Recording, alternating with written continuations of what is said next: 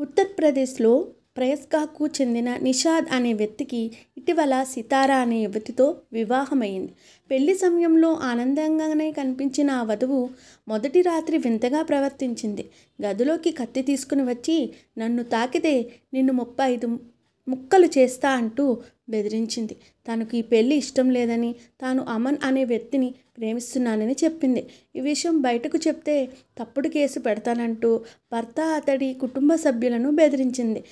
మరుసటి రోజు వారు గ్రామంలో పంచాయతీ పెట్టించారు. సితారకు ఆమె తల్లిదండ్రులు నచ్చజెప్పడంతో నిషాద్ ఆమెను ఇంటికి తీసుకొచ్చాడు. అయినప్పటికీ ఆమె వేధింపులు ఆగలేదు.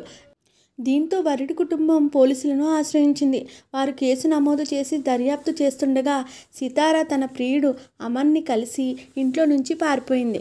పోలీసులు ఆమె కోసం గాలిస్తున్నారు. సితారకు అమన్ వరుసకు మేనల్లుడు.